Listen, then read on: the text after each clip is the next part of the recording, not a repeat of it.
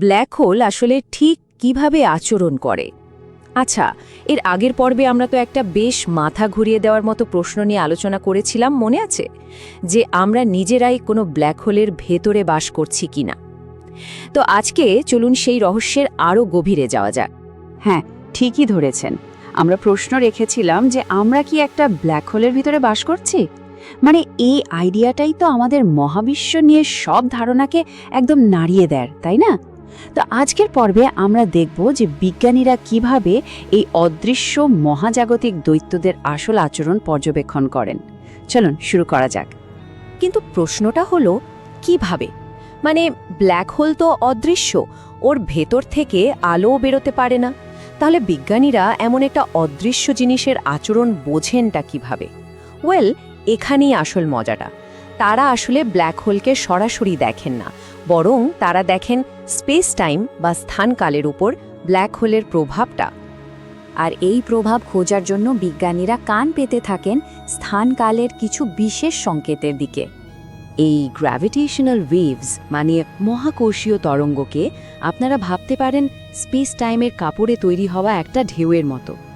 যখন দুটো ব্ল্যাক হোলের মতো অসম্ভব ভারী জিনিস একে অপরের চারপাশে ঘুরতে ঘুরতে ধাক্কা খায়, তখন এই ঢেউগুলো সারা মহাবিশ্বে ছড়িয়ে পড়ে। ব্যাপারটা অনেকটা মহাবিশ্বের শব্দ শোনার মতোই, তাই না? তো দুটো ব্ল্যাক হোল যখন এক হয়ে যায়, এই পুরো ঘটনাটা ঘটে মূলত তিনটে ধাপে। প্রথম ধাপ ইনস্পাইরাল। এখানে দুটো ব্ল্যাক হোল ঘুরতে ঘুরতে একে অপরের কাছে আসে, আর তাদের থেকে আসা গ্র্যাভিটেশনাল ওয়েভের ফ্রিকোয়েন্সি আর শক্তি দুটোই বাড়তে থাকে। এরপর আসে মার্জার।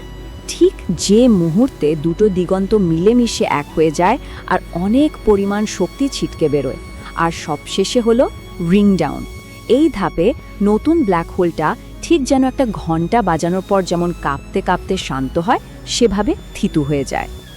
এখন এই পুরো ব্যাপারটা বোঝার জন্য একটা ঘটনা একেবারে গেম চেঞ্জার ছিল।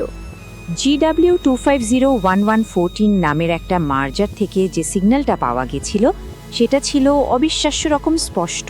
এতটাই যে প্রথমবার যে গ্র্যাভিটেশনাল ওয়েভ ধরা পড়েছিল তার চেয়েও এটা 4 গুণ বেশি পরিষ্কার ছিল।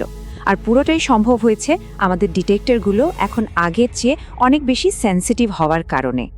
আর এই পরিষ্কার সিগন্যালটা হাতে নাতে একটা জিনিস প্রমাণ করে দিয়েছে, স্টিফেন হকিংয়ের সেই 71 সালের বিখ্যাত এরিয়া থিওরেম। হকিং কি বলেছিলেন? বলেছিলেন একটা ব্ল্যাক হোলের ইভেন্ট হোরাইজনের সারফেস এরিয়া কখনো কমতে পারে না, শুধু বাড়তেই পারে। আর GW2501111 একদম চোখে আঙুল দিয়ে দেখিয়ে দিল যে দুটো ব্ল্যাক হোল মিলে যে নতুন ব্ল্যাক হোলটা তৈরি হয়েছে তার এরিয়া আগের দুটোর মোট এরিয়ার চেয়ে আসলেই বেশি। শুধু হকিং না, আরও একটা বড় ব্যাপার জানা গেছে। এই অবজারভেশনটা এটাও প্রমাণ করেছে যে বাস্তব দুনিয়ার ব্ল্যাক হোলগুলো ঠিক সেভাবেই আচরণ করে যেভাবে রয়কার আইনস্টাইনের সমীকরণ সমাধান করে বলেছিলেন। মানে এরা হলো কার ব্ল্যাক হোল, সোজা কথায় ঘুরুন্টা ব্ল্যাক হোল।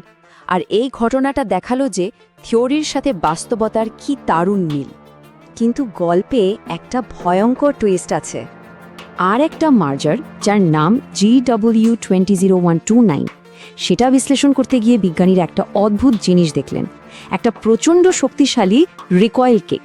মানে দুটো ব্ল্যাক হোল যখন মেশে তখন যে নতুন ব্ল্যাক হোলটা তৈরি হয় সেটা একটা অঞ্চম বড় ধাক্কা খেয়ে ছিটকে বেরিয়ে যেতে পারে। আর সেই ধাক্কার গতিটা শুনলে অবাক হয়ে যাবেন। সেকেন্ডে 1542 কিলোমিটার। একবার ভাবুন কতটা ভয়ঙ্কর গতি এটা। এই গতিটা এতটাই বেশি যে এটা নতুন ব্ল্যাক হোলটাকে তার নিজের গ্যালাক্সি বা ছায়াপথ থেকেই একেবারে বের করে দিতে পারে। তার মানে আমাদের মহাবিশ্বে হয়তো এমন লক্ষ লক্ষ উদ্বাস্তু ব্ল্যাক হোল ঘুরে বেড়াচ্ছে যারা নিজেদের বাড়ি থেকে বিতাড়িত। তো সব মিলিয়ে এই আবিষ্কারগুলো কেন এত গুরুত্বপূর্ণ, চলুন এক নজরে দেখে নিই।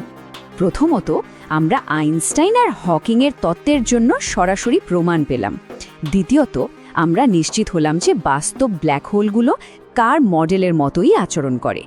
তৃতীয়ত, এটা বুঝলাম যে এই মার্জারগুলো এতটাই ভয়ঙ্কর যে এগুলো একটা গোটা গ্যালাক্সির বিবর্তনকেই প্রভাবিত করতে পারে। আর সবশেষে এই যে ধাক্কা খেয়ে বেরিয়ে যাওয়ার ব্যাপারটা, এটা কিন্তু বারবার মার্জার হয়ে আরও বড় ব্ল্যাক হোল তৈরির সম্ভাবনাকে কমিয়ে দেয়। এতক্ষণ তো আমরা বাইরে থেকে ব্ল্যাক হোলের আচরণ দেখলাম, কিন্তু কি হবে যদি কেউ সত্যি একটা ব্ল্যাক হোলের ইভেন্ট হরাইজন মানে সেই পয়েন্ট অফ নো রিটার্ন পার করে ফেলে, সেই মহাজাগতিক পর্দার ওপারে ঠিক কি অপেক্ষা করছে?